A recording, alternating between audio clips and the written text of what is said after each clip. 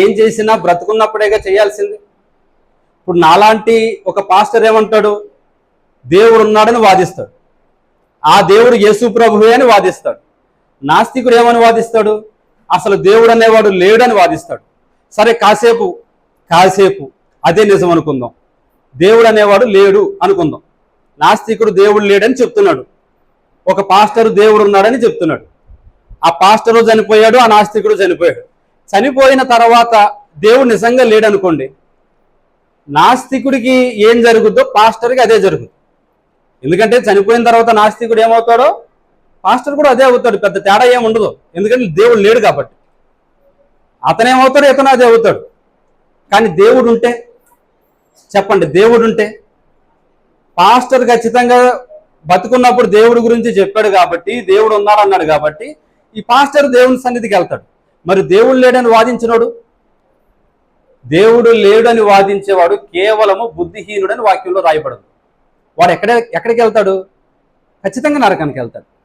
అంటే దేవుడు అనేవాడు లేకపోతే ఉన్నాడని నేను బోధించినా, లేడని మరొకడు చెప్పినా, చనిపోయిన తర్వాత ఏ మార్పు ఉండదు.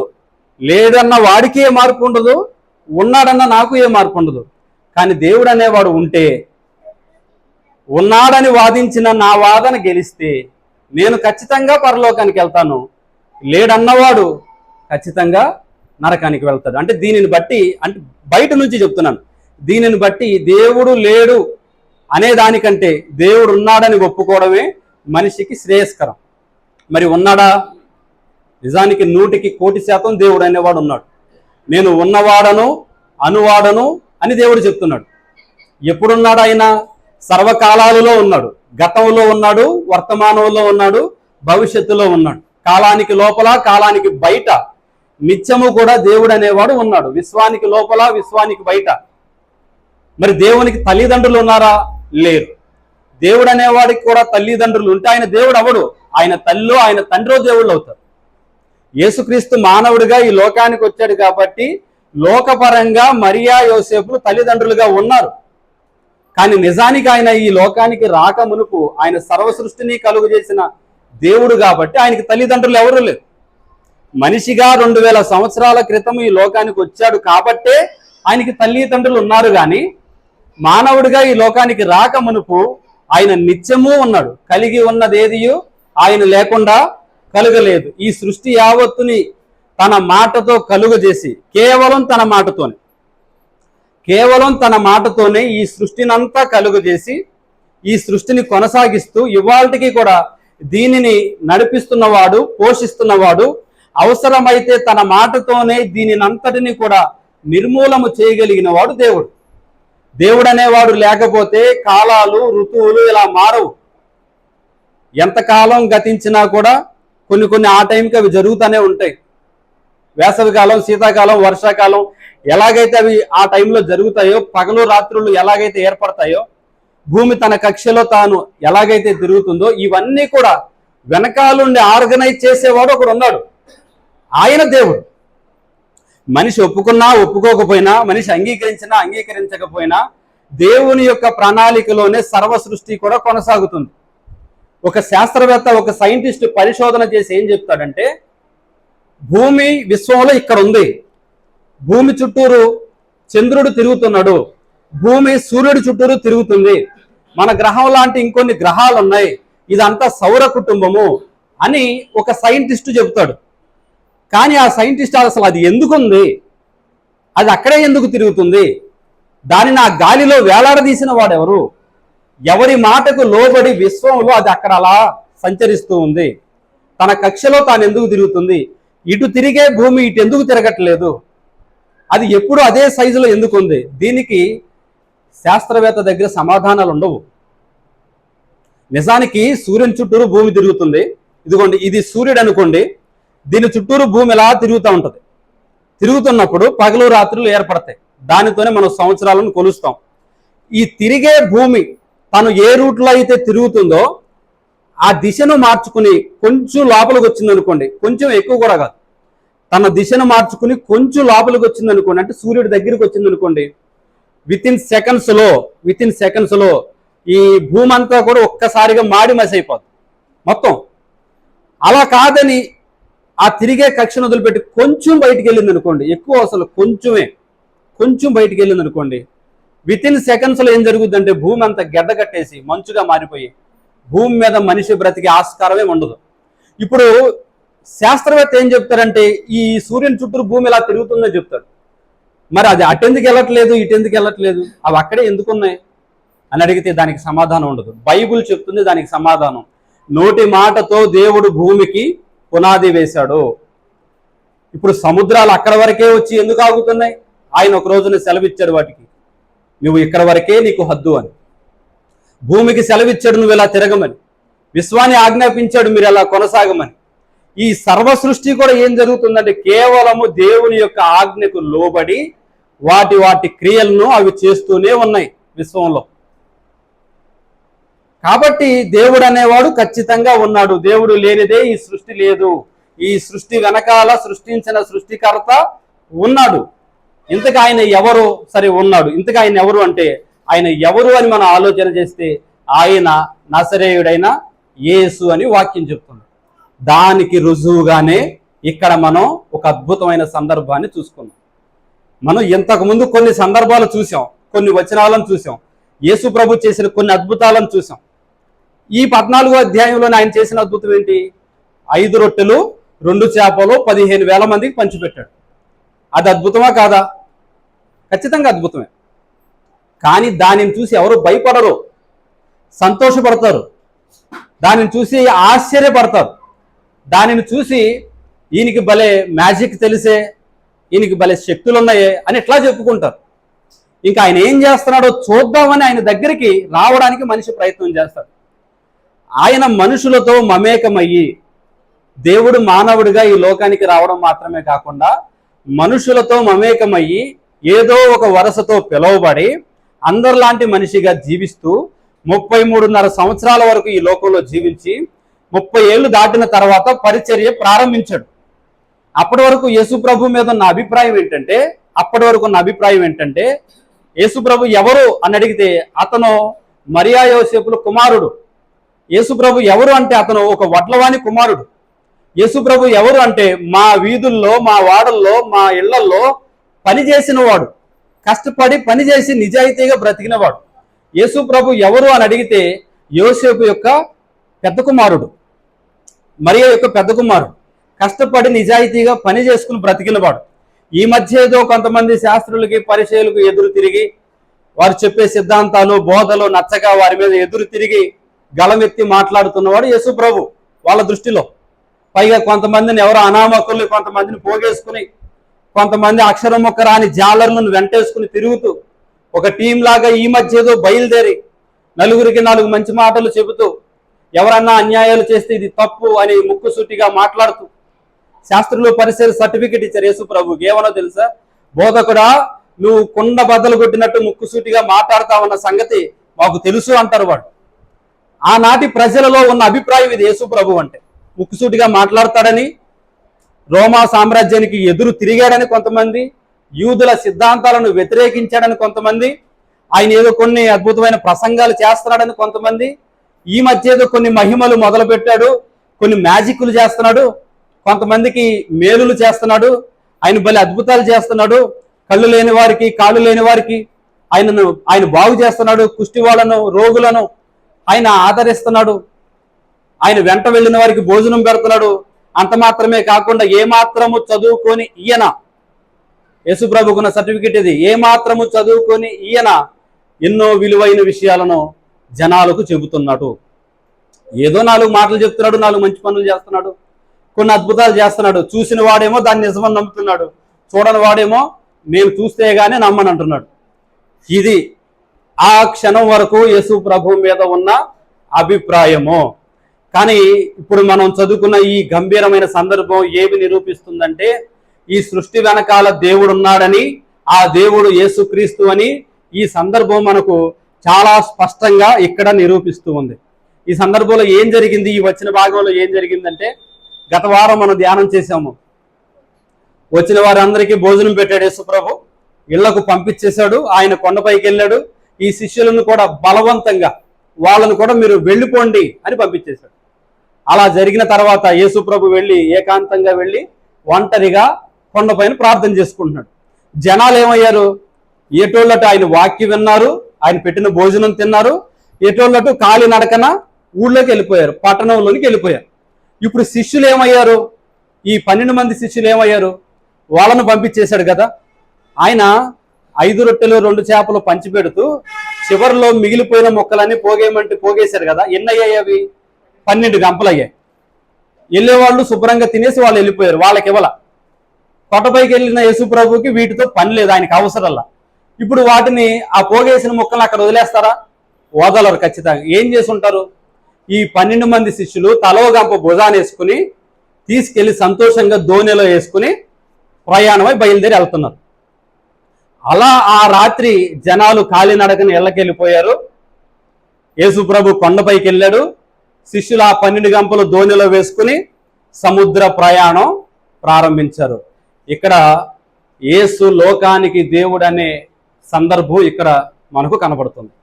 అంతవరకు ఆయన మనుషులతో మమేకమై ఏదో కొన్ని చేశాడు అని అనుకున్నారు, కానీ ఇక్కడ ఆయన దైవత్వం అనేది నిరూపించబడిన అత్యంత అద్భుతమైన సందర్భం ఇది. ఎందుకంటే వాళ్ళు దిగి బయలుదేరి వెళ్ళారు. అప్పుడు సమయం ఎంత అయిందంట? రాత్రి 4వ జాము. అదేగా రాసుంది, రాత్రి 4వ జాము అయిందంట. 4వ జాములో వాళ్ళు ఏం చేస్తున్నారు? సముద్రంలో చాలా ఇబ్బంది పడుతున్నారు, ప్రాణాలతో పోరాడుతున్నారు. గలిలయ సముద్రంలో సృష్టించబడిన ప్రళయంతో ఈ 12 మంది శిష్యులు కట్టిక చీకట్లు వీళ్ళు పోరాడుతున్నారు. ఇంతకీ 4వ జాము అంటే టైం ఎంత? ఇప్పుడు రేయి మొదటి జామున లేచి నీళ్లు కృమ్మరించినట్లు యెహోవా సన్నిధిలో మీరు మీ పిల్లల కోసం, కుటుంబం కోసం ప్రార్థన చేయండి అని మనకు విలాప వాక్యాలు 2వ అధ్యాయం 17వ వచనంలో కనపడుతుంది. ఇప్పుడు మీరు లేచి రేయి మొదటి జామున నీళ్లు కృమ్మరించినట్లు ప్రార్థన చేయండి అంటే క్రైస్తవ లోకం ఏమనుకుంది? రేయి మొదటి జాము అంటే ఏమనుకున్నారు అందరూ? తెల్లవారుజామున. ఇవాళకి అదే అభిప్రాయం ఉంది. దాన్నే దృష్టిలో పెట్టుకుని 3 AM ప్రేయర్స్ అని కూడా పెట్టారు తెల్లవారుజాము ప్రార్థనలు. దానికి తగిలించే వచనం కూడా ఇదే.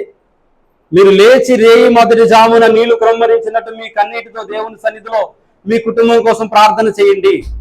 అలా తెల్లవారుజామున లేచి మీ కుటుంబం కోసం మీరు ప్రార్థన చేస్తే దేవుడు మీ ప్రార్థనలు ఆలకిస్తాడు అని బల్లగుద్ది ప్రసంగాలు చేసిన సందర్భాలు, వైఖరులు మనకు కనబడుతున్నాయి. కానీ నేను ఇక్కడ ఏదో ఒక మర్మం ఏదో బయలుపరచట్లేదు కానీ, బయట పెట్టట్లేదు కానీ, మనం వెళ్ళే వాక్య ప్రయాణంలో ఇది కూడా ఉంది కాబట్టి దీని గురించి ఒక క్లారిటీ ఇస్తున్నాను అంతే. రేయి మొదటి జాము అంటే తెల్లవారుజాము కానే కాదు. రేయి అంటే ఏంటి? రాత్ర పగల? రేయి పగలు అని మనం పాట కూడా పాడుకుంటాం కదా. పగలుకి ఆపోజిట్ రాత్రి. రాత్రిని రేయి అని కూడా పిలుస్తారు, రేయి లేదా రాత్రి. రాత్రి మొదటి జాము నుంచి 4వ జాము వరకు అంటే 4 జాములు ఉంటాయి. రాత్రి అంటే రేయి మొదటి జాము అంటే అర్థం ఏంటి? రాత్రి ఎప్పుడు స్టార్ట్ అవుద్ది? రాత్రి అనేది ఎప్పుడు స్టార్ట్ అవుద్ది? ఈవినింగ్ 6 నుంచి స్టార్ట్ అవుద్ది. సూర్యాస్తమయం 6, 6:30, వేసవకాలం వస్తే 7 అట్లా అవుతుంది కదా. సుమారుగా 6 అనుకుందాం. రేయి మొదటి జాము అంటే అర్థం ఏంటంటే 6 నుంచి 9 వరకు సుమారుగా. ఇది రేయి మొదటి జాము. రెండవ జాము అంటే 9 నుంచి 12 వరకు, ఇది రెండవ జాము. మూడవ జాము అంటే 12 నుంచి 3 వరకు. 4వ జాము అంటే తెల్లవారుజామున 3 నుంచి 6 వరకు, ఇది 4వ జాము. రేయి మొదటి జాము అంటే తెల్లవారుజాము కాదు. ఒక రోజుని ఎలా కొలుస్తారు బైబిల్ ప్రకారం అంటే అస్తమయము ఉదయము కలుగగా ఒక దినమాయం. మీరు ఆదికాండం 1వ అధ్యాయంలో మీకు ఇది కనబడుతుంది. అస్తమయము ఉదయము కలుగగా ఒక దినమాయం. అస్తమయం అంటే పగల రాత్ర? రాత్రి. ఉదయం అంటే పగలు. అంటే ఒక రాత్రిని ఒక పగలును కలిపితే ఒక రోజు అవుతుంది. ఒక పగలు ఒక రాత్రి కలిపితే రోజు అని రాయలేదు. ఒక రాత్రి ఒక పగలు కలిపితే రోజు అవుతుంది. అంటే డే ఎప్పుడు స్టార్ట్ అవుతుంది? బైబిల్ ప్రకారం రాత్రి నుంచి స్టార్ట్ అవుతుంది. ఎందుకంటే అలా ఎందుకు రాశారు? అలా రాత్రి నుంచి స్టార్ట్ అవడం ఏంటి? 12 నుంచి 12 వరకు మనం 12 AM 12 PM అనుకుంటాం కదా. 12 నుంచి 12 వరకు చేయొచ్చు కదా. అలా ఎందుకుంది అని అడిగితే దానికి కూడా కొన్ని కారణాలు ఉన్నాయి. ప్రాముఖ్యంగా యూదులు తీసుకునే ఒక ప్రామాణికమైన కారణం ఏంటంటే, ఈ లోకంలో దేవుడు ఈ భూమిని ఈ విధంగా నిర్మించడానికి ముందు లేఖనంలో చెప్తున్న మాట ఏమిటంటే, అగాధ జలముల మీద చీకటి కమ్మి ఉండెను. ఈ భూమి మీద మొదట ఏముంది? చీకటే ఉంది. తర్వాత ఆయన వచ్చి వెలుగు కమ్మనగా వెలుగు కలిగను. కాబట్టి మొదట చీకటి ఉంది, తర్వాత వెలుగు ఉంది. కాబట్టి రాత్రి పగలు రోజుని ఇలా క్యాలిక్యులేట్ చేశారు. అస్తమయము ఉదయము కలుగగా ఒక దినమాయను. రేయి అనగా రాత్రి. రాత్రి మొదటి జాము అంటే సాయంత్రం 6 నుంచి 9 వరకు. మరైతే ఇంతకాలం రేయి మొదటి జామున లేచి నీళ్లు కుమ్మరించి ప్రార్థన చేయమన్నారని తెల్లవారుజామున లెగిసి కన్నీటితో ప్రార్థన చేసేవండి, మా కన్నీరంతా వ్యర్థమేనా? కానే కాదు. ప్రార్థన ఎప్పుడైనా చేయొచ్చు. మీరు అర్ధరాత్రి లేచి మోకరించి ప్రార్థన చేసినా మీ ప్రార్థన ఖచ్చితంగా దేవుడు ఆలకిస్తాడు. దానికి పర్టికులర్ సమయం అంటూ ఏమీ లేదు. తెల్లవారుజామున ప్రార్థన చేస్తే మంచిదే, అలాగని మిగతా టైంలో ప్రార్థన చేస్తే తప్పని కాదు కదా. ప్రార్థన చేయడానికి ఒక ముహూర్తం అంటూ ఏమీ లేదు, పలానా రోజంటూ ఏమీ లేదు. మీకు ఎప్పుడు అనిపిస్తే అప్పుడు మీరు మోకరించి ప్రార్థన చేయొచ్చు. ఆ వెసులుబాటు దేవుడు మనకిచ్చాడు. అపోస్తల కార్యాలు 10వ అధ్యాయంలో అక్కడ పేతురు ప్రార్థన చేస్తాడు, కొర్నేలి ప్రార్థన చేస్తాడు. ఇద్దరిని దేవుడు దర్శిస్తాడు. అందులో ఒక ఆయన మధ్యాహ్నం 12ంటికి ప్రార్థన చేశాడు, ఒక ఆయన మధ్యాహ్నం 3 గంటలకు ప్రార్థన చేశాడు. ఇద్దరి ప్రార్థనలు దేవుడు ఆలకించాడు. దీనికి పర్టికులర్ సమయం అంటూ ఏముండదు. తెల్లవారుజామున చేసే ప్రార్థనలే దేవుడు వింటాడు. అర్ధరాత్రుల్లో మిట్ట మధ్యాహ్నమో ఉదయకాలమో చేసే ప్రార్థనలు దేవుడు వినడు అని మీరు అనుకోవద్దు. ఎప్పుడైనా దేవుడు వింటాడు. మరి అలా ఉంది కదండి. మీరు లేచి రేయి మొదటి జామున ప్రార్థన చేయమని ఉంది కదండి. అంటే మరి లేచి ప్రార్థన చేయడం అంటే మంచాల మీద పడుకున్న వాళ్ళు లేచి ప్రార్థన చేయడమే కదండి అని అనుకోవచ్చు. కానే కాదు. బైబిల్లో చాలా సందర్భాల్లో మీరు సిద్ధపడండి అని చెప్పడానికి, మీరు లేచి ప్రయాణం చేయండి, మీరు లేచి పని చేయండి, నీవు లేచి నీ నడుము కట్టుకునుము, ఇట్లా కొన్ని మాటలు చెప్పాడు. అంటే ఎలర్ట్గా ఉండండి, సిద్ధపడండి అని దేవుడు చెప్పాడు. అంతేగాని నిద్రపోతున్న వారిని లెక్కొట్టి మీరు లేచి పని చేయండి అని కాదు దాని అర్థం. అనేక సందర్భాల్లో మీరు బైబిల్ చదివితే ఈ మాట కనబడుతుంది. మీరు లేచి పని చేయండి, ఇక్కడికి వెళ్ళండి, ఇది చేయండి అని. అనగా అంతవరకు వారు నిద్రపోతున్నారని కాదు. తెలియక పొరబడి రేయి మొదటి జాము అంటే తెల్లవారుజాము అనుకున్నారు. అలాగని తెల్లవారుజామును ప్రార్థన చేస్తే అదే వ్యర్థం అవుతుందని కాదు. సంతోషంగా చేయండి. మీరు ఎప్పుడు ప్రార్థన చేసినా దేవుడు వింటాడు. అది నేను చెప్పదలుచుకున్న విషయం. ఇక్కడ 4వ జాము అంటే అర్థం ఏంటంటే దాదాపుగా తెల్లవారుజామున 3 గంటల నుంచి, మొదటి జాము కాదు మళ్ళీ చెప్తున్నాను, తెల్లవారుజామున 3 గంటల నుంచి దీనికి పెట్టిన పేరు ఏమిటంటే 4వ జాము. ఇంకా లోతుగా వెళ్లాల్సి వస్తే లోకసువార్తలో యేసు ప్రభు అంటాడు, మనుష్య కుమారుడి 2వ రాకడ గురించి చెబుతూ, తన 2వ రాకడ గురించి చెబుతూ, ఆయన ఏ ఘడియలో వస్తాడో తెలియదు, రెండవ జామున రావచ్చు, 3వ జామున రావచ్చు. కాబట్టి ఆయన ఎప్పుడు వస్తాడో తెలియదు, కాబట్టి మీరు మెలకువగా ఉండండి అంటాడు. ఇప్పుడు మొదటి జాము అనేది, రేయి మొదటి జాము అనేది తెల్లవారుజాము అనుకుందాం, 3 to 6 అనుకుందాం. అప్పుడు 2వ జాము ఎంత అవుద్ది? 6 to 9 పగలు. 3వ జాము అంటే 9 to 12. అప్పుడు మీరు మేల్కొని అని అంటారా? అనాల్సిన అవసరం ఉందా? అప్పుడు ఎలాగో మేల్కొనే ఉంటాం ఇంకా పగలు. అనగా అర్థం ఏమిటంటే రేయి మొదటి జాము అంటే ఈవినింగ్ 6 నుంచి 9 వరకు, 2వ జాము అంటే 9 నుంచి 12 వరకు. ఒక క్లారిటీ కోసం చెప్తున్నాను అంతే, ఏదో పెద్ద మర్మం నేనేం చెప్పట్లేదు. 3వ జాము అంటే 12 నుంచి 3 వరకు. వాక్యంలో ఉన్న డెప్త్ కోసం ఈ మాటలు చెప్పాల్సి వస్తుంది. 4వ జాము అంటే 3 నుంచి 6 వరకు, తెల్లవారుజామున 3 AM to 6 AM. ఇది 4వ జాము. ఇప్పుడు వీళ్ళ గురించి, ఈ శిష్యుల గురించి చెప్తున్న సందర్భం ఎప్పుడంటే 4వ జాము, అనగా తెల్లవారుజామున 3 గంటలకు జరుగుతున్న విషయాన్ని చెప్తున్నారు. యేసుప్రభు కొండపైకి వెళ్ళాడు, పట్టణంలోనికి ఎవరి ఇళ్ళకి వాళ్ళు వెళ్ళిపోయారు. వీళ్ళు ఈ 12 గంపలు వేసుకుని ఆనందంతో ధోని ఎక్కి వీళ్ళు ప్రయాణం వెళ్ళారు. 7 8 ప్రయాణమై వెళ్ళారు వీళ్ళు. ఎక్కడ? గలిలే సముద్రంలో. ఇప్పుడు టైం ఎంత అవుతుంది? 7 8 బయలుదేరిన వాళ్ళు ఇప్పుడు సమయం 3 అవుతుంది రాత్రి. నైట్ 7 పడవ ఎక్కిన వాళ్ళు 3 వరకు సముద్రంలోనే ఉన్నారు. ఇంకా అప్పటికి దరి చాలా దూరంగా ఉందంట, తీరం చాలా దూరంగా ఉందంట. నడి సముద్రంలో ఆ రోజున వాళ్ళు పడుతున్న బాధ అంతా ఇంత కాదు.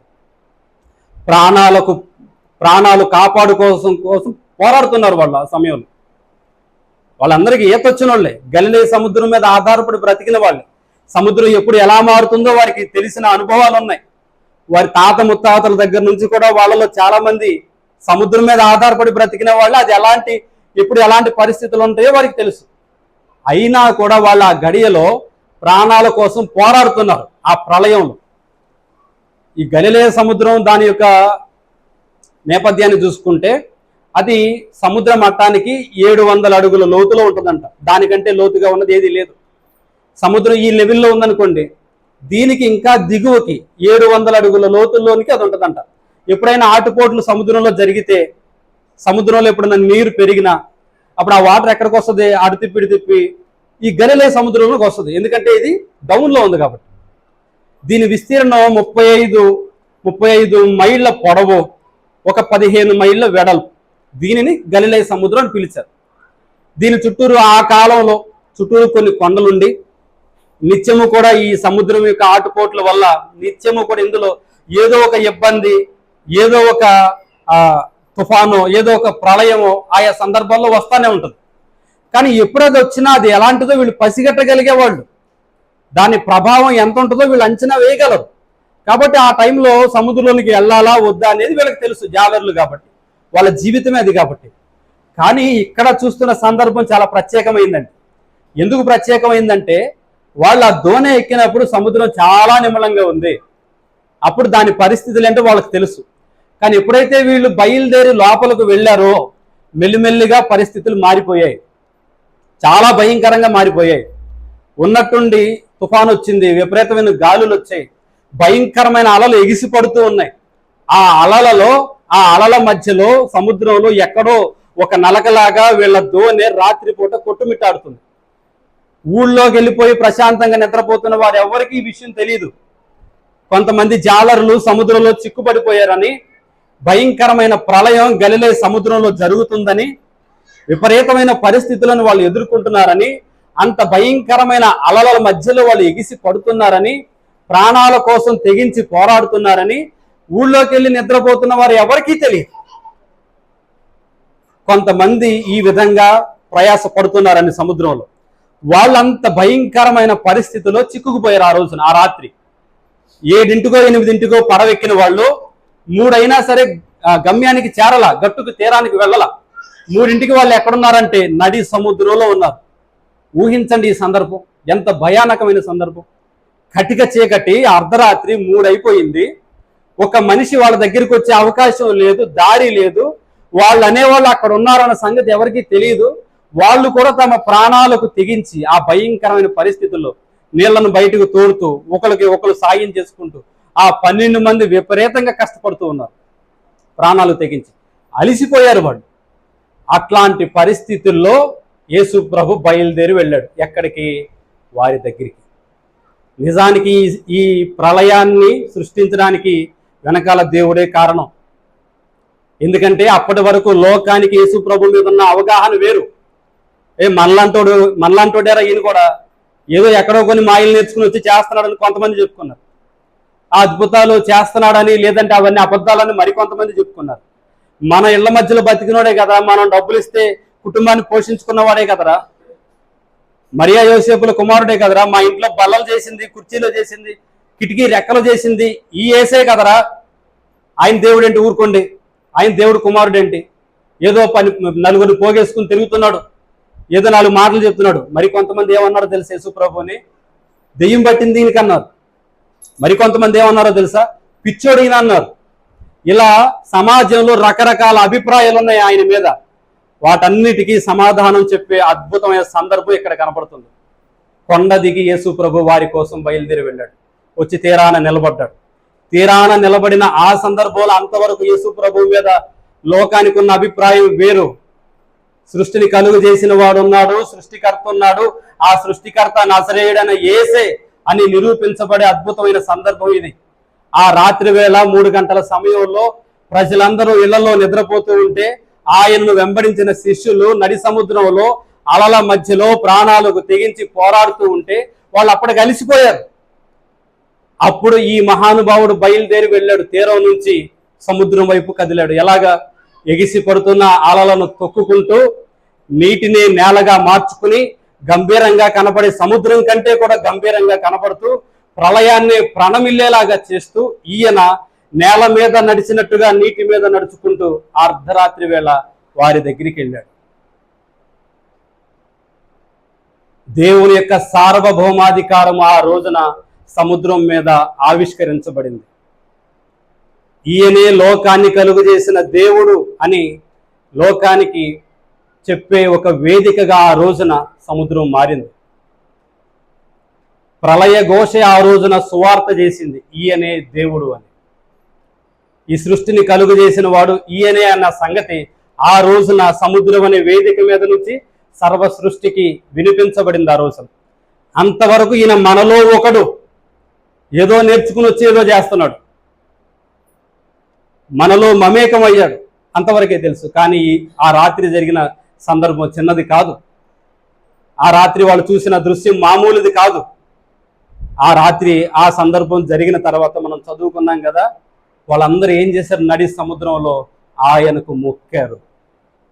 అసలు నిజానికి ఎవరికి మొక్కుతారు? దేవుడికి తప్ప ఎవరికి మొక్కరు. అంటే ఏమి రుజువైంది అక్కడ? ఈయన దేవుడని రుజువైంది. ఎలా వెళ్ళాడు? నీళ్ల మీద నేల మీద నడిచినట్టుగా నీళ్ల మీద సర్వోన్నతమైన దేవుడు నడుచుకుంటూ వాళ్ళ దగ్గరికి వెళ్ళాడు. టెక్నాలజీ ఎంత పెరిగింది, వాళ్ళ ఎన్ని విధాలుగా ప్రపంచం మారింది.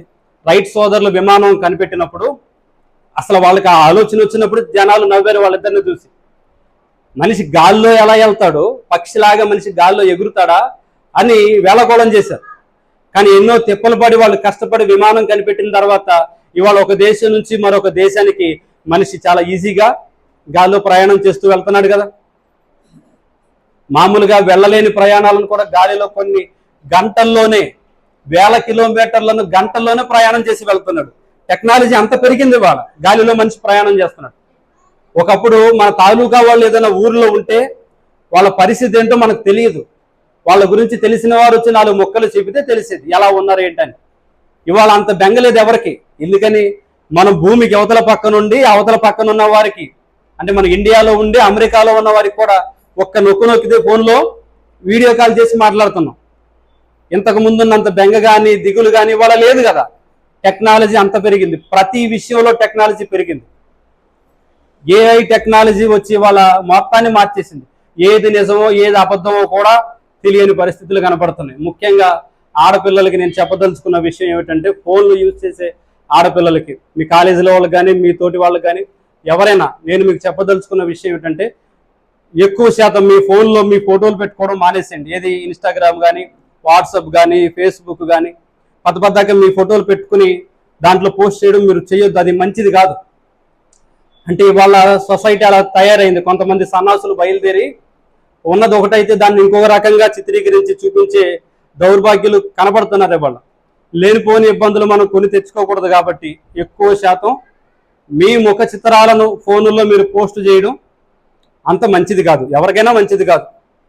మాకంటే స్వార్థ చెప్తున్నాం కాబట్టి తప్పదు. అంటే టెక్నాలజీ వాళ్ళు ఇంత మారింది. నిజానికి టెక్నాలజీ ఎంత మారినా కూడా ఎవరైనా సముద్రం మీద నడవగలరా? నడిచారా? ఏ టెక్నాలజీలో అయితే నడుస్తారు అది అలా చూపిస్తుంది. నిజానికి ఏ మనుషుడు కూడా సృష్టి ఎంత మారినా, లోకం ఎంత మారినా, గత 2-3 దశాబ్దాలుగా మానవ జీవితంలో ఇంత ఆవిష్కరణలు జరిగినా ఏ మనుష్యుడు కూడా సముద్రం మీద నడవల. అది కూడా ప్రళయంలో, కటిక చీకట్లో, ఎగిసి పడుతున్న అలల మధ్యలో. అది అసాధ్యం. ఎవరో 2011లోనూ 12లోనూ ఒక ఆయన నడిచారని పెద్ద హడావిడి చేశారు. నిజానికి ఆయన నడిచాడు. ఎలా నడిచాడంటే, రేపటి రోజున ఏ నది మీద ఆయన నడవాలో ముందు రోజు వెళ్ళంట అతని టీంతో అక్కడ కొన్ని గాజు పలకలు అమర్చేవాడంట నీళ్ళ మీద, కనపడే కాదు. ఇప్పుడు దాని మీద జనాల ముందు నడుచుకుంటా వెళుతూ అందరూ వీడియో తీసి చూపిస్తుంటే ఈయనే యేసు ప్రభు అని కూడా భజన చేశారు కొంతమంది. ఇలాంటి వాళ్ళు చాలా ప్రమాదం. ఇవాళకి కూడా ఎవరన్నా ఏదన్నా ఒక అద్భుతం చేసినా, ఏదన్నా ఒక మంచి పని ఏదన్నా చేసినా, ఒక దైవజనుడు ఏదన్నా ఒక ప్రార్థన చేస్తే దాని వలన ఏదైనా కార్యం జరిగింది అనుకోండి, ఇక దేవుణ్ణి పక్కన పెట్టి ఎవరిని ఆరాధిస్తారు? దైవజనుడికి భజన చేస్తారు, పాస్టరే దేవుడు. ఇలాంటి దరిద్రమైన ఆలోచనలు ఉన్నంత కాలం మనిషి జీవితం బాగుపడదు. ఎప్పటికైనా దేవుడే దేవుడు.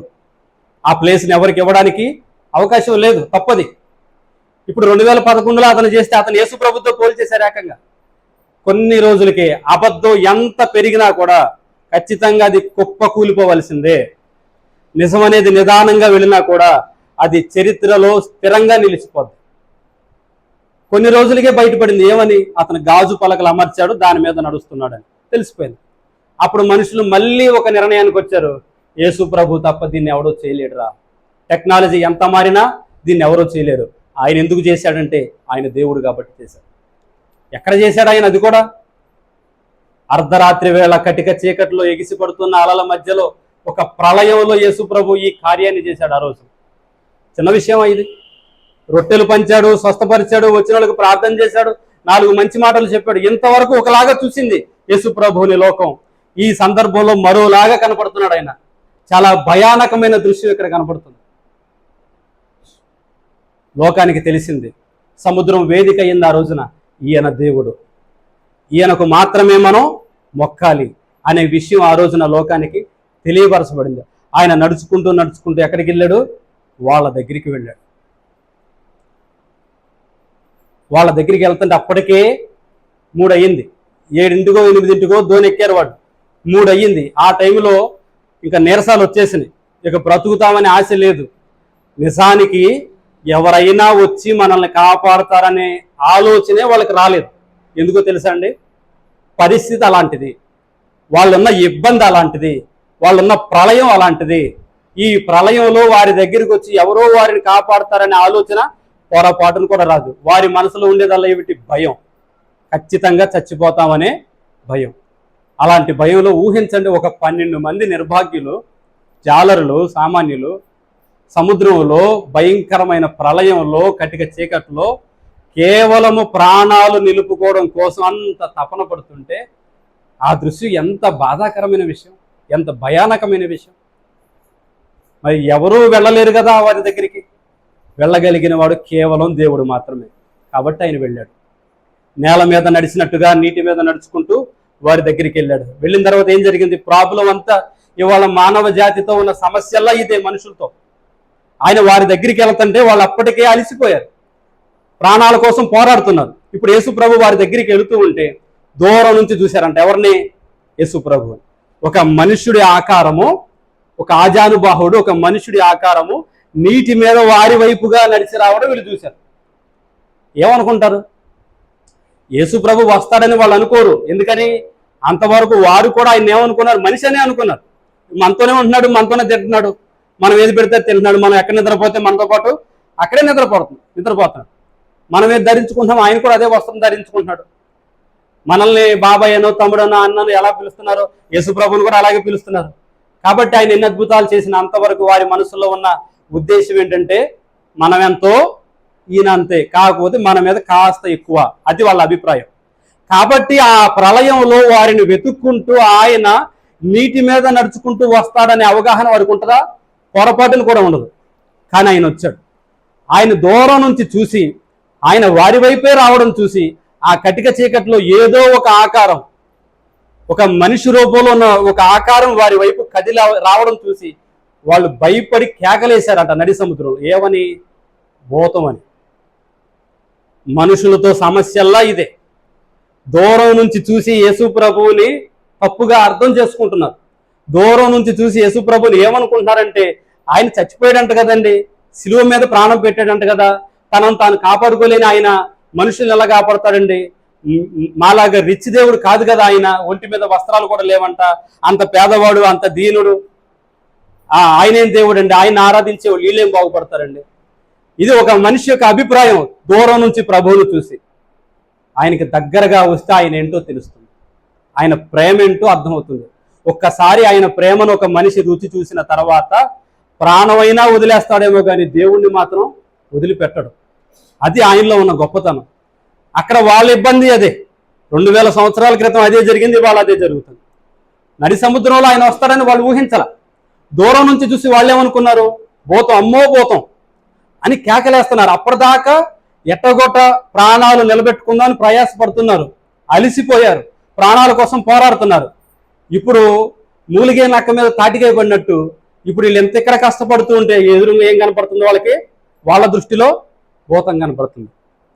అంటే మనం ఇక్కడ మిస్ అయినా అక్కడ మిస్ అవ్వం. ఏంటిది? ఇక్కడ తప్పించుకున్నా అక్కడ తప్పించుకోలేం. ఎలాగో ప్రాణాల కోసం మనం పోరాడుతున్నాం బ్రతకాలని, మనం బ్రతకడానికి ప్రయత్నం చేస్తున్నాం, భూతం వస్తుంది, ఖచ్చితంగా అది మనల్ని అందరినీ చంపేస్తుంది. ఇంతకుముందే చాలామంది ఈ గలిలే సముద్రంలో పడి చనిపోయారు. వాళ్ళలో ఎవడో ఒకడో దెయ్యమయ్యి మా దగ్గరికి వస్తున్నారు. సరిపోయిన వాళ్ళు ఎవరు, దెయ్యాలు ఎవరు, అది వేరే సబ్జెక్ట్, తర్వాత ఎప్పుడైనా మాట్లాడుకుందాంలే. కానీ వాళ్ళ అభిప్రాయం, వాళ్ళలో ఉన్న అభిప్రాయం విపరీతమైన కేకలేస్తున్నారంట భయంతో. కానీ చూడండి, ఒక మనిషి ప్రాణం నిలబెట్టుకోవడానికి ఎంత తపన పడుతున్నాడు ఆ రాత్రి, ప్రాణం కాపాడుకోవడానికి. చిటుక్కుని తీసేసుకుంటున్నారు ప్రాణాలు ఇవ్వాలి. ఏదో చిన్న చిన్న ఇబ్బందులు కలిగితే, గొడవలు జరిగితే చాలా తేలిగ్గా ప్రాణాలు వదిలేసుకుంటున్నారు. కానీ హాస్పిటల్కి వెళ్ళి చూస్తే ప్రాణం నిలబెట్టుకోవడానికి ఒక మనిషి ఎంత ఖర్చు పెడుతున్నాడు, ఎంత ప్రయాసపడుతున్నాడు. అప్పులు తెచ్చి, వడ్డీలకి తెచ్చి, ఇల్లు అమ్ముకొని, స్థలాలు అమ్ముకొని, కిడ్నీలు కూడా అమ్ముకొని ఎంత తపన పడుతున్నారో కనపడుతుంది. అంతకంటే ఎక్కువ తపన కనపడుతుంది అర్ధరాత్రి సముద్రంలో, నడి సముద్రంలో. దరి చాలా దూరంగా ఉందంట, ఎవరు వచ్చే ఆస్కారం లేదంట. అలాంటి ప్రళయంలో యేసు ప్రభు వారి దగ్గరికి నడుచుకుంటూ వచ్చారు. భూతం భూతం అని భయపడ్డారు. అప్పుడు ఆయన దగ్గరికి వచ్చి, వారి దగ్గరికి వచ్చి ఆయన ఒక్క మాట అన్నాడు. కొన్ని వేల కోట్ల కోట్ల కోట్ల రూపాయల కంటే విలువైన మాట, ఒక మాట అన్నాడు. భయపడొద్దు, నేనే, ధైర్యంగా ఉండండి. అది బయట ఎక్కడో కూర్చొని చెప్పే మాట అనుకోండి. మీకు తెలిసిన ఒక వ్యక్తి హాస్పిటల్లో ఉన్నాడు, ఒంట్లో బాగోలేదు. ఆయన హాస్పిటల్లో ఉన్నాడు, ట్రీట్మెంట్ జరుగుతుంది, కోలుకుంటాడు 4 రోజులకి. ఆయన దగ్గరికి వెళ్ళి, మీరు నేను మనం వెళ్ళి వాళ్ళ దగ్గరికి వెళ్ళి పక్కన కూర్చొని వాళ్ళు పలకరించి పరామర్శించి, ధైర్యంగా ఉండు, ఏం కాదులే, భయపడొద్దు అని చెప్పామనుకోండి, ఓకే, అది కొంతవరకు మంచిదే. కానీ భయపడొద్దని అక్కడ చెప్పడానికి, భయపడొద్దని ఇక్కడ చెప్పడానికి చాలా వ్యత్యాసం ఉంది. ఎందుకంటే వాళ్ళ జీవితాల్లో భయం తప్ప ఇంకొకటి లేదు. బ్రతుకుతామనే ఆశ లేదు, అవకాశం లేదు. నట్టనడి రాత్రిలో, సముద్రంలో, కటిక చీకట్లో, ప్రళయం మధ్యలో చిక్కుబడిపోయారు వాళ్ళు. అలాంటి వాళ్ళ దగ్గరికి వచ్చి, అలాంటి పరిస్థితుల్లో ఉన్న వారి దగ్గరికి వచ్చి, ఎవరు రాలేని పరిస్థితుల్లో ఆయన వారి దగ్గరికి వచ్చి అంటున్నాడు, భయపడొద్దు, ధైర్యంగా ఉండండి. ఎందుకు ధైర్యంగా ఉండాలో తెలుసా? వచ్చిన వాడను నేనే. యేసు ప్రభు కొన్ని సందర్భాల్లో అంటాడు నేనే అని. ఎందుకంటాడో తెలుసా? అది ఆయన తప్ప ఇంకెవరు అనలేదు. అది ఆయనే చేయగలడు కాబట్టి, ఆయన వల్లే జరుగుతుంది కాబట్టి నేనే అనే సందర్భాన్ని, ఆ పదాన్ని ఆయన వాడాడు. ఈ అర్ధరాత్రి, ఈ ప్రళయంలో సముద్రం మీద మీ దగ్గరికి కాలి నడకన నడిచి రాగలిగిన వాడు ముల్లోకాల్లో ఎవడూ లేడు, సకల సృష్టిలో ఎవడూ లేదు. కేవలం ఒకడు మాత్రమే చేయగలడు. అది ఎవరు అంటే నేనే. ఎందుకు చేయగలవయ్యా నువ్వు అంటే, నేను దేవుణ్ణి కాబట్టి. అంతవరకు ఆయన చేసిన కార్యాలు మనుషులకు సంబంధించినవి. ఇక్కడ మనుషులకు సంబంధించినవి కాదు, యావత్తు సృష్టికి సంబంధించినవి. చాలా గంభీరమైనది ఇది. అప్పుడు అనుమానంతో పేతురు అంటాడు ఒక మాట, ఏమని? నువ్వే అయితే. వీళ్ళకి నమ్మకం కలగల. నిజంగానే ఆయన అంటావా, దెయ్యం అంటావా? నమ్మి మనం బోట్లో ఎక్కించుకుంటే, యేసుప్రభు అయితే నీళ్ళ మీద నడిచి ఎలా వస్తాడు? మనలాంటి మనిషేగా. దాహం వేస్తే మనం నీళ్ళు ఇస్తే తాగినోడు మన కోసం నీళ్ళ మీద ఈ సముద్రంలో వచ్చేస్తాడు ఆ ప్రళయంలో అని ఒకళ్ళొకళ్ళు డిస్కస్ చేసుకుంటున్నారు. ఆయన్ని బోట్లోకి, మన ధోనిలోనికి రానిద్దామా వద్దా, ఏంటి పరిస్థితి? భయంగా ఉండి పేతుర్ని ముందుకు దోశారు. పాపం ఎప్పుడైనా బలైపోయేది పేతురేగా. ముందుకు దోస్తే పేతురు అన్నాడు, నిజంగా నువ్వే అయితే, నిజంగా నువ్వే అయితే నేను కూడా వచ్చి నీతో పాటు సముద్రం మీద నడుస్తా, నాకు అవకాశం ఇస్తావా? ఈ అనుమానపోళ్ళు చూడండి. తోమా చూస్తేనేమో నీ గాయాలలో వేలు పెట్టి చూస్తే గానీ నువ్వు దేవుడు అని నేను నమ్మనంటాడు. ఇక్కడ వీళ్ళు భూతం అనుకున్నారు. ఇక్కడ పేతురు అంటాడు, నువ్వే అయితే, నిజంగా నువ్వే అయితే నేను కూడా సముద్రం మీద నడిచే శక్తి నాకు ఇవ్వు అని ఈయన అంటాడు. అసలు ఆయన ఎంత గొప్పదో చూడండి. ఇట్లాంటి అనుమానపోళ్ళు అందరినీ పోగేసుకుని భూలోకాన్ని తలకిందులు చేసే అపోస్తులుగా మార్చాడంటే దేవుడు ఎంత గొప్పదో చూడండి. ఎవరినైతే వీడు అన్ఫిట్ అని మనం అంటామో, ఆయన పట్టుకునే కొన్ని పరిస్థితుల్లో వాడు మాత్రమే ఫిట్ అయ్యేలాగా దేవుడు చేస్తాడు. ఆ పరిస్థితులను వాడు మాత్రమే జయించగలిగేలాగా దేవుడు చేస్తాడు. అది ఆయన గొప్పతనం. ఎంచుకోబడిన వాడి గొప్పతనం కాదు, ఎంచుకున్నవాడు గొప్పతనం. పేతురు అంటాడు, నువ్వే అయితే కనుక, ఎందుకని అనుమానం, ఇంకా అనుమానం, భయంగానే ఉన్నారు, నాకు అవకాశం ఇవ్వు. సరే అన్నాడు యేసుప్రభు. సరే రా పేతురు, నేను నిలబడగా లేనిది నన్ను వెంబడించిన వాడవు నువ్వు, అన్ని వదులుకుని నాతో వచ్చిన వాడవు నువ్వెందుకు నిలబడలేవు, రా అన్నాడు. ఆ రాత్రి కొన్ని క్షణాల పాటు మానవుడి చరిత్రలో ఒక మహా అద్భుతం జరిగింది. కొన్ని క్షణాల పాటు సముద్రం మీద ఆధారపడి బ్రతికే ఒక జాలరి ఆ రాత్రి సముద్రం మీద కొన్ని క్షణాల పాటు నిలబడ్డాడు. ఎందుకో తెలుసా? అతని ముందు దేవుడు ఉన్నాడు. దేవుడు నామానికి స్తోత్రం కలుగును గాక. దేవుడు అతని ముందున్నాడు కాబట్టి ఈ మనుషుడు ఈ పని చేయగలిగాడు. దేన్ని ఆధారం చేసుకుని బ్రతుకుతున్నాడో దాన్ని శాసించే స్థితికి ఒక మనుషుడు వెళ్ళాడు. దేనిని బట్టో తెలుసా? తన ముందున్న దేవుణ్ణి బట్టి. ఆయనను చూశాడు కాబట్టి. యేసు ప్రభువులో ఉన్న గొప్పతనం ఏంటంటే ఆయన చేయడం మాత్రమే కాదు, ఆయనను నమ్ముకున్న వారితో కూడా ఆయన చేయించగలడు. అది ఇక్కడ రుజువైంది. తర్వాత ఆయన చుట్టూరు ఉన్న పరిస్థితులను చూసో, గాలిని చూసో భయపడో, తన అనుమానంతోనో తన భయంతోనో మెల్లిగా మునిగిపోసాగుతుంటే యేసుప్రభు వచ్చి చేపట్టుకుని తీసుకెళ్ళి దోణిలో కూర్చోబెట్టాడు. అప్పుడు ఆయన ఎప్పుడైతే దోణి ఎక్కాడో అప్పుడు ఏమైందంట? చుట్టూరు పరిస్థితులన్నీ కూడా ఒక్కసారిగా ప్రశాంతంగా మారిపోయాయి. అంతవరకు గాలి విపరీతంగా వచ్చిందంట. ఆ గాలిని బట్టి అలలు విపరీతంగా ఎగిసి పడుతున్నాయంట. ఆ నడి సముద్రంలో దోణి ముందుకు సాగే అవకాశం లేనే లేదంట. అలాంటి పరిస్థితుల్లో ప్రభువు వారి దగ్గరికి వచ్చేసరికి నోరు మూయని ఒక మనిషిని, అంటే మనిషి నోరు మూసుకున్నట్టుగా ఇక్కడ ఆయన మాటకి ఏది లోబడుతుందంటే సముద్రం లోబడుతుంది. ఒక గంభీరమైన సముద్రాన్ని తన కనుసైగతో తన నోటి మాటతో శాసించిన వాడు ఆయన.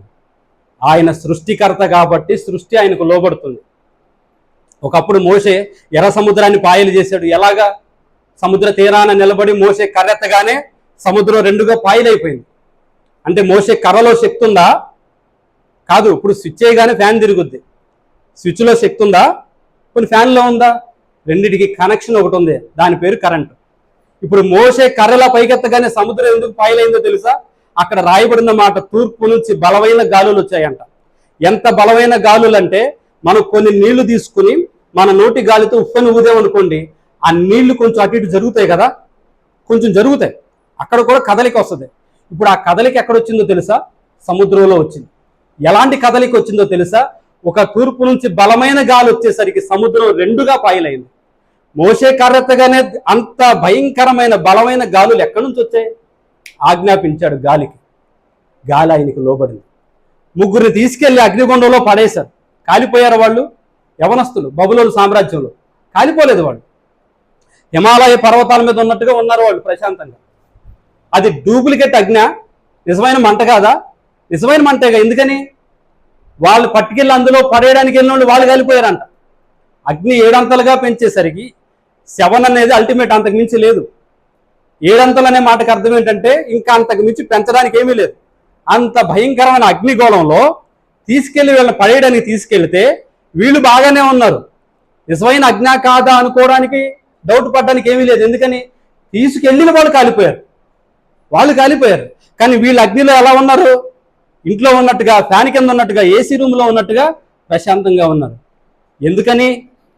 అగ్ని ఆయనకు లోబడింది. ఆ రోజు యెహోషువ అనే ఒక వ్యక్తి యుద్ధం చేస్తూ ఉంటే సూర్యాస్తమయం అయిపోతుంది.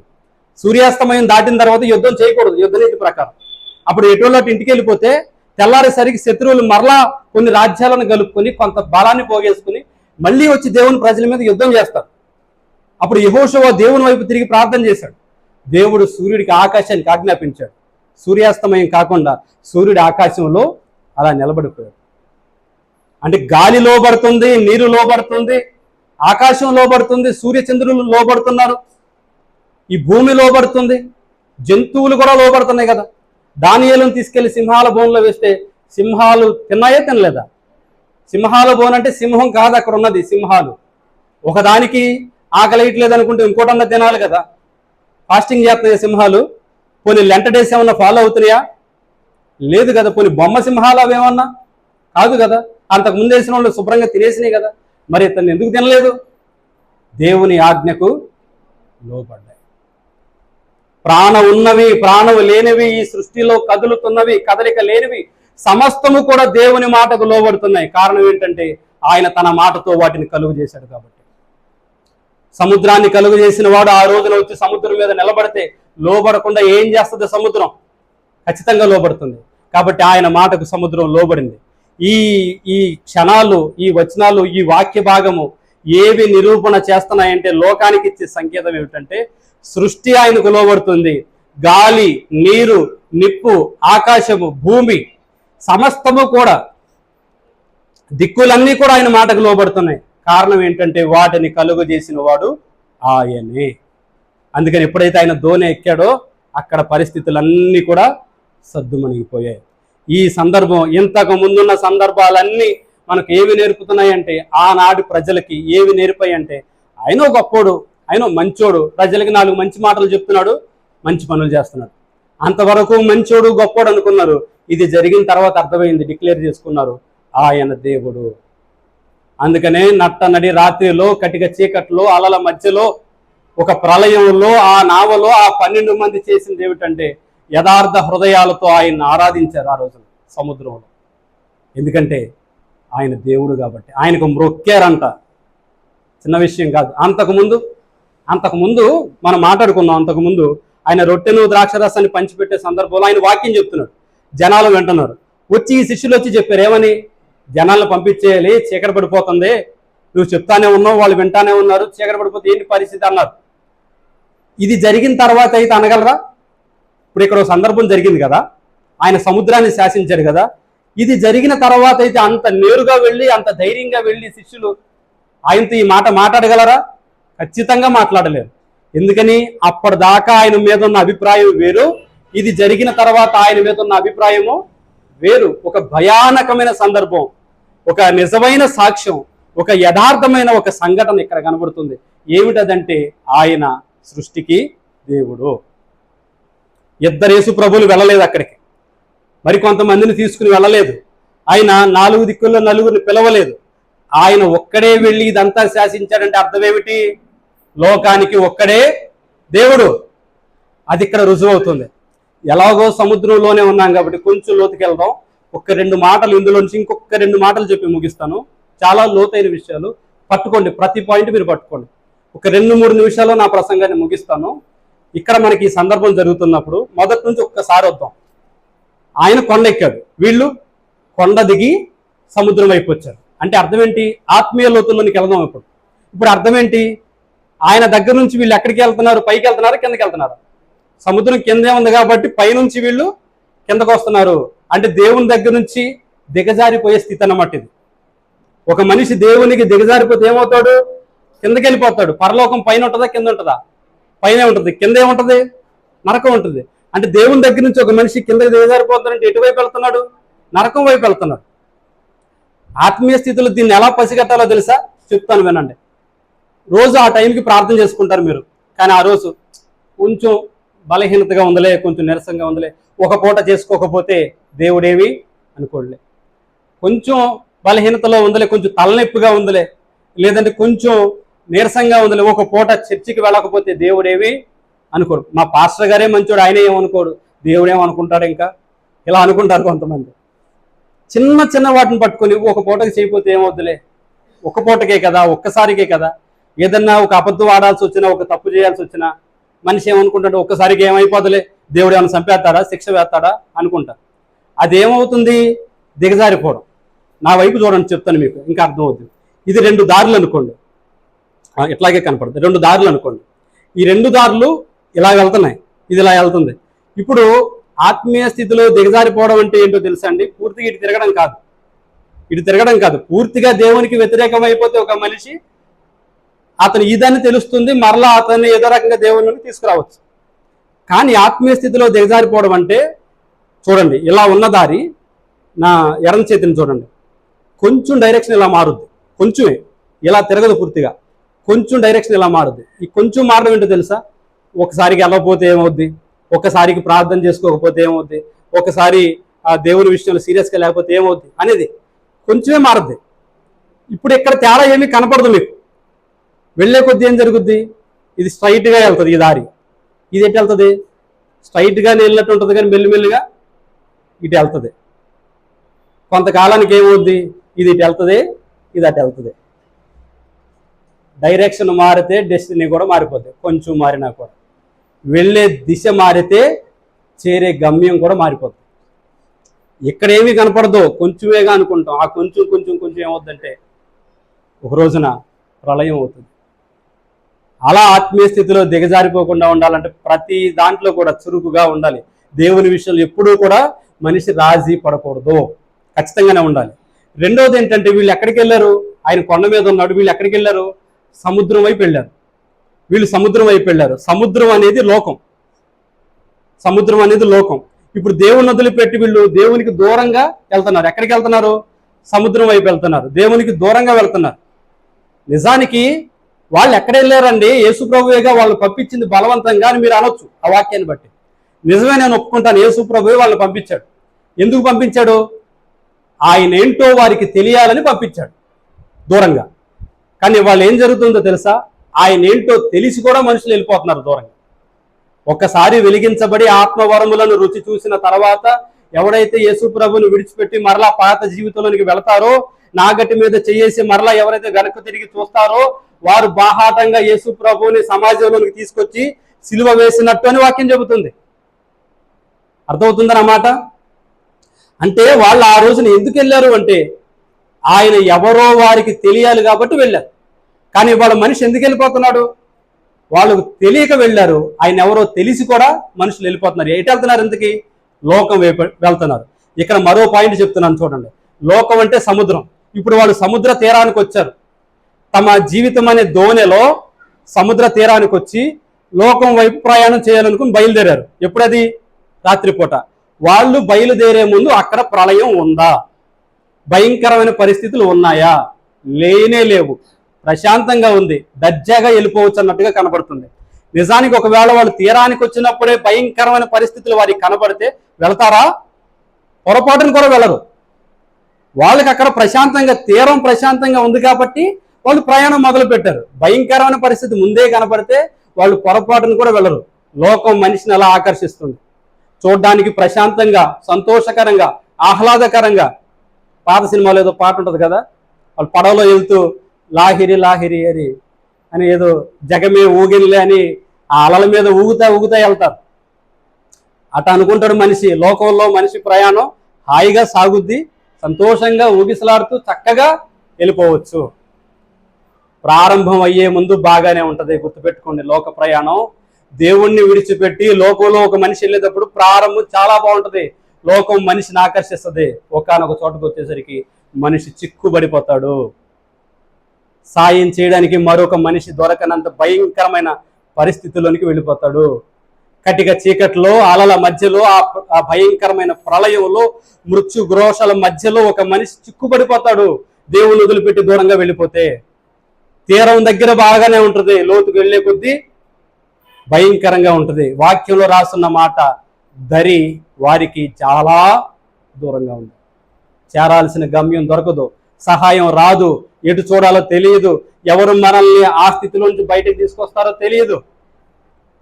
చాలా మంది డబ్బులుంటే అన్నిటిలోంచి బయటపడిపోవచ్చు అనుకుంటారు. అలాంటి వాళ్ళందరికీ ఒక్క మాట చెప్తాను వినండి. ఇప్పుడు వాళ్ళు 12 గంపలు మోసుకుని వెళ్ళారు కదా, ఆ 12 గంపలు వారి దోళ్ళలోనే ఉన్నాయి కదా. ఇప్పుడు ఆ 12 గంపలు కాసేపు డబ్బులు అనుకోండి. వాటిని బట్టి మొదట తీరం దగ్గర సంతోషపడ్డారు. ఇది మా ఇంట్లో కొన్ని మా ఇంటికాడ ఇస్తాను, కొన్ని మా పక్కింట్లో ఇస్తాను, మా చుట్టాలకి ఇస్తాను, ఒక 4-5 రోజులకి సరిపడా ఆహారం ఉందని చెప్పుకున్నారు వాళ్ళు. కానీ మధ్యలోనికి వెళ్ళిన తర్వాత ఆ 12 గంపలు ఒక్క గంప కూడా వారిని కాపాడిందా? కాపాడాలా? ఆయన రావాల్సి వచ్చింది. డబ్బు కంటే, మనుషుల కంటే, పరిస్థితుల కంటే, అన్నిటికంటే మిన్నమైన వాడు, అన్నిటికంటే గొప్పవాడు దేవుడు. మనిషి దేవుడిచ్చిన వాటిని బట్టి కాదు, దేవుని మీద ఆధారపడాలి. దేవుడు డబ్బులు ఇస్తాడు, దేవుడు గణపరుస్తాడు, దేవుడు ఆశీర్వదిస్తాడు, దేవుడు పేరు ప్రఖ్యాతలు ఇస్తాడు, దేవుడు కొంతమంది సైన్యాన్ని ఇస్తాడు, కొంత టీం ఇస్తాడు, ఒక సామ్రాజ్యాన్ని ఇస్తాడు. దేవుడు ఏదైనా చేస్తాడు మనిషి కోసం. కానీ వాటిని బట్టి కాదు, దేవుడు ఇచ్చిన వాటిని బట్టి కాదు. మనం ఎవరిని బట్టి గర్వపడాల్సి వచ్చినా, ఆనందపడాల్సి వచ్చినా, ధైర్యంగా చెప్పుకోవాల్సి వచ్చినా ఎవరిని బట్టి? దేవుణ్ణి బట్టి. 12 గంపలు 12 కోట్లు అనుకోండి. నట్టనడి రాత్రిలో, ఆ చీకట్లో, ఆ సముద్రంలో అవేమీ చేయలేకపోయిన వారిని కాపాడగలిగాయా? కాపాడలా. 12 గంపలు నీళ్ళ వేసిన ఒక ఆలను కూడా వాళ్ళు ఆపలేరు. దేవుడు రావాల్సిందే, దేవుడు జోక్యం చేసుకోవాల్సిందే. ఈ సందర్భం ఏమి నేర్పుతుందంటే, మనం దరినున్నప్పుడు, తీరానున్నప్పుడు లోకం చాలా గొప్పగా కనపడుతుంది. ఆ రోజున అబ్రహామును విడిచిపెట్టి లోతు సొదొమ ప్రాంతాన్ని ఎంచుకున్నప్పుడు దూరం నుంచి సొదొమ పచ్చగానే కనపడింది. వెళ్ళిన తర్వాత అసలు ఇబ్బంది ఏంటో తెలిసింది. లోకం అలాగే కనపడుతుంది. వెళ్లే కొద్దీ, లోతుకు వెళ్లే కొద్దీ మనిషి లోకంలో చిక్కుబడిపోతాడు. అలా వాళ్ళు దరిలో ఉన్నప్పుడు బాగానే ఉంది. లోకంలో లోపలికి వెళ్ళేసరికి ఏమైంది? వాళ్ళ జీవితం అనే దోణె ఆ సముద్రంలో, లోకం అనే సముద్రంలో చిక్కుబడిపోయింది. ఇప్పుడు వారిని రక్షించింది ఏంటి? నేను ముగిస్తున్నాను. ఇప్పుడు వారిని రక్షించింది ఏంటి?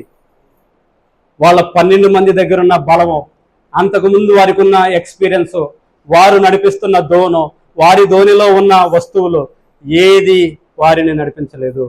అంతకుముందు వారితో ఉన్న వేల మంది జనాలు ఇప్పుడు ఇళ్ళకెళ్ళి ప్రశాంతంగా నిద్రపోతున్నారు. వీళ్ళు ఇలాంటి పరిస్థితిని ఎదుర్కొంటున్నారన్న సంగతి ఎవరికి తెలియదు. అందరిలో మనం ఉన్నా కూడా ఒక్కొక్కసారి మనం ఎదుర్కొనే కఠినమైన పరిస్థితులు, నిద్రలేక ఇబ్బందులు పడుతూ, లోకంలో ఎటు నుంచి మనకు సహాయం రాకుండా, ఎటువైపు వెళ్ళినా మనకు నింద, ఎటువైపు వెళ్ళినా శ్రమ ఎదురైతే నట్టనడి సముద్రంలో మనం ఒంటరిగా మిగిలిపోయిన అనుభవం మనకు ఎదురవుతుంది. ఎటు నుంచి సహాయం రాదు. ఒక్కొక్కసారి చుట్టూరు భయంకరమైన పరిస్థితులు అలుముకుంటూ ఉంటాయి. వేల మంది అంతకుముందున్న ఆ క్షణంలో వారికి ఎవరూ లేరు. మనకు అంతకుముందు ఎంతమంది స్నేహం ఉన్నా, చుట్టరికం ఉన్నా, కొన్ని ఇబ్బందులు, కఠినమైన పరిస్థితులు మనం ఎదుర్కొంటూ ఉంటే ఎవరో మనకి సహాయం చేయడానికి రారు. యాపిల్ సృష్టికర్త స్టీవ్ జాబ్స్ అంటాడు ఒక మాట, నేను పని చేయడానికి ఇంట్లో పనోళ్ళు పెట్టుకున్నాను, వంట చేయడానికి వంటోళ్ళని పెట్టుకున్నాను, కారు తోలడానికి డ్రైవర్ని పెట్టుకున్నాను, కానీ నాకు క్యాన్సర్ అనే రోగం వచ్చి నేను హాస్పిటల్లో ప్రాణాలకు తెగించి పోరాడుతుంటే నా నొప్పిని భరించడానికి ఇన్ని కోట్ల మందిలో ఎంత డబ్బులు ఇచ్చినా ఒక్క మనుషుడు కూడా నాకు దొరకట్లేదు. కొన్ని పరిస్థితులు మీరే ఎదుర్కోవాలి, మీరే జయించాలి, మీరే వాటిల్లో నుంచి బయటకు రావాలి అని ఒక మేధావి చెప్పాడు. దీన్ని బైబిల్ ధృవీకరించింది ఏనాడో. కొన్ని సందర్భాల్లో దేవుడు జోక్యం చేసుకుంటే కానీ, దేవుడు మన దగ్గరికి వస్తే కానీ, దేవుడు మనల్ని చేరుకుంటే కానీ మన జీవితాలు బాగుపడవు. నిజానికి చెప్పాలంటే నిజంగా కొన్ని కఠినమైన పరిస్థితుల్లో దేవుడు మీ దాకా రాకపోతే ఇవాళ మీరు ఇక్కడ దాకా రాలేదు. నిజమిది. కొన్ని ఇబ్బందికరమైన పరిస్థితులు ఆయన జోక్యం చేసుకుని, మీ బ్రతుకుల్లో ఆయన చొరవ తీసుకుని మీ ఇబ్బందుల నుంచి ఆయన విడిపించకపోతే కనుక ఈ రోజున మీరు వచ్చి నా ముందులా కూర్చునే పరిస్థితి లేనే లేదు. ఏనాడో ఎక్కడో ఏదో ఒక మలుపు దగ్గర, ఏదో ఒక ప్రమాదంలో, ఏదో ఒక భయంకరమైన ప్రళయంలో మన బ్రతుకు అక్కడే ముగిసిపోవలసింది. కానీ వచ్చాడు, జోక్యం చేసుకున్నాడు, ఇంతవరకు మనల్ని నడిపించుకుంటూ వచ్చాడు. ఈ సందర్భాలు ఏం చెప్తున్నాయంటే, ఒకటి ఆయన దేవుడని నిరూపిస్తున్నాయి. రెండోది ఏంటంటే తన ప్రజల కోసం ఆయన ఎక్కడికైనా రాగలడు, ఏదైనా చేయగలడు అని నిరూపిస్తున్నాయి. ఇప్పుడు వాళ్ళు దూరంగా వెళ్ళారు కాబట్టే ఈ పరిస్థితులు వారికి ఎదురయ్యాయి. ఆయన వచ్చాడు, వారిని కాపాడుకున్నాడు, తీరానికి తీసుకెళ్ళాడు. కానీ వాళ్ళ మనిషి తెలిసి కూడా దేవునికి దూరంగా వెళ్ళిపోతున్నాడు. ప్రతిసారి ఆయన వచ్చి కలుసుకుంటాడని మాత్రం అనుకోవద్దండి. దేవుడు ప్రేమ గలవాడు, క్షమ కలిగిన వాడు. యేసు ప్రభు చాలా ప్రేమించే దేవుడు కాబట్టి మనం ఎన్నిసార్లు ఆయన చేయి విడిచిపెట్టి వెళ్ళిపోయినా మళ్ళీ వస్తాడు, కలుసుకుంటాడు, కలుపుకుంటాడు, మనల్ని తీరానికి తీసుకెళ్తాడు అనుకుంటాం. అది చాలా తప్పు. వాళ్ళు తెలియక వెళ్ళారు కాబట్టి వచ్చాడు. తెలిసి వెళితే ప్రతిసారి అయినా వస్తాడని మాత్రం అనుకోవద్దు. అన్నిటికంటే భయంకరమైన విషయం ఏమిటంటే దేవుని చేతిని ఒక మనిషి విడిచిపెట్టడం. మనం దేవుణ్ణి కలిగి ఉండి ఏ పరిస్థితుల్లో ఉన్నా ఆయన మన దగ్గరికి వస్తాడు. ఎలాంటి శ్రమలు, ఎలాంటి ఇబ్బందులు మన మీద దాడి చేసినా ఆయన మనల్ని ఓదారుస్తాడు, మరలా మనల్ని నిలబెడతాడు, మన బ్రతుకుల్ని కడతాడు. ఎంత నష్టంలోనికి వెళ్ళిపోయినా, ఎన్ని కష్టాల్లోనికి వెళ్ళిపోయినా, ఎన్ని భయంకరమైన ఇబ్బందుల్లోనికి మనం కూరుకుపోయినా ఆయన వచ్చి మన చేపట్టుకుంటాడు, మరలా మనల్ని నిలబెడతాడు. నేల మీద నిలబెట్టినట్టుగా నీటి మీద ఒక మనిషిని నిలబెట్టాడు ఆ రోజు. ఆయన ఏదైనా చేయగలడు. ఆ ధోని మీద కంట గాలి ఎక్కువయ్యే కొద్ది ఏమైందంట, అలలు ఎక్కువయ్యాయంట. గాలి అనేది ఏంటి? శ్రమ. లోకం అనే సముద్రంలో మన జీవితం అనే నావ వెళుతున్నప్పుడు ఈ గాలి ఎక్కువైతే, ఈ శ్రమ ఎక్కువైతే వెంటనే ఏమి ఎక్కువ అవుతాయి? అలలు ఎక్కువ అవుతాయి. అలలంటే ఏంటో తెలుసా? ఆలోచనలు. శ్రమలు ఎక్కువయ్యే కొద్దీ మనిషికి స్థిరత్వం ఉండదు, రకరకాల ఆలోచనలు వస్తాయి, పిచ్చోళ్ళు అయిపోతారు కొంతమంది. ఏం చెయ్యాలో, ఎటెళ్లాలో దిక్కుతోచని పరిస్థితి. కానీ మర్చిపోవద్దు, మనకు ఒక సమాధానకర్త ఉన్నాడు. మన పరిస్థితులన్నీ చక్కబెట్టే దేవుడు మనకున్నాడు. ఆయన చేతిని మాత్రం ఎప్పుడూ వదిలిపెట్టకూడదు. ఒక నాస్తికుడు అంటాడు దేవుడు లేడని, హరిబాబు అనే పాస్టర్ అంటున్నాడు దేవుడు ఉన్నాడని. ఆ దేవుడు ఎవరో కాదు, ఇదిగో ఈ వచనాలను బట్టి వీటిని ఆధారం చేసుకుని చెప్తున్నాను, ఆ దేవుడు నజరేయుడైన యేసు. కొట్టండి గట్టిగా చెప్పట్లు. అలాంటి గొప్ప దేవుణ్ణి మనం కలిగి ఉన్నాం. ఏ పరిస్థితులన్నా మీరు వెళ్ళండి, అది ఎంత భయంకరమైన పరిస్థితి, ప్రళయమైన ఏదైనా కానీ ఆయన చెయ్యిని మాత్రం మీరు విడిచిపెట్టొద్దు. నా బ్రతుకు ఎందుకు ఇలా అయిందని దేవుణ్ణి ఎప్పుడు నిలదీయొద్దు. మట్టి పెంకు కుమ్మరిని ఏనాడు ప్రశ్నించడానికి అర్హత లేదు. ఏం చేసినా నా దేవునికి తెలిసే జరుగుతుంది అని మీరు నిర్ణయం తీసుకోండి. ఆ రోజున ఆ ప్రళయం వస్తుందని ఆయనకు తెలుసు, అయినా వారిని ఎందుకు పంపించాడో తెలుసా? ప్రళయం వచ్చింది కాబట్టి ఆయన దేవుడని తెలిసింది. ఒక ప్రమాదమో, ఒక సమస్య, ఒక లోటో, ఒక కొరతో, ఒక ఇబ్బందో మన జీవితంలో ఎందుకు ఎదురవుతాయి ఒక్కొక్కసారి అంటే ఆయన ఏంటో మనకి మాత్రమే కాదు, మనం చెప్పే సాక్ష్యం ద్వారా లోకానికి కూడా తెలియజేయడానికి దేవుడు కొన్ని ప్రళయాలను, కొన్ని శ్రమలను మన జీవితంలో అనుమతిస్తాడు. నేను చెప్తున్నాను ఒక మాట, దేవుని చేతిని ఎప్పుడు కూడా మీరు విడిచిపెట్టొద్దు. ఆ చేతిని అలాగే పట్టుకోండి. ఆయన మిమ్మల్ని తీరానికి చేరుస్తాడు. ఆ రోజున వారిని తీరానికి చేర్చినట్లుగా పరలోకం అనే ఉన్నతమైన తీరాలకు, ఆశీర్వాదం అనే ఉన్నతమైన తీరాలకు దేవుడు అందరినీ కూడా తీసుకెళ్తాడు. దేవుడు మనందరినీ దీవించి ఆశీర్వదించును గాక. ఆమేన్.